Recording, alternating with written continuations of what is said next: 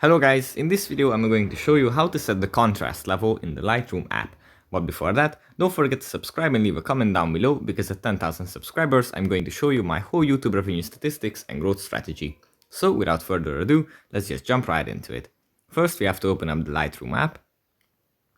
And here in the Lightroom app, we have to select the picture from the gallery which we want to edit.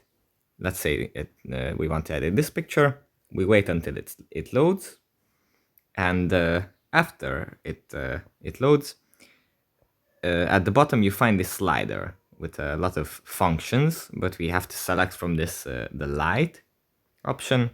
And here there's this contrast slider. And here in the contrast slider, we just increase or decrease the level of contrast that we want our picture to have.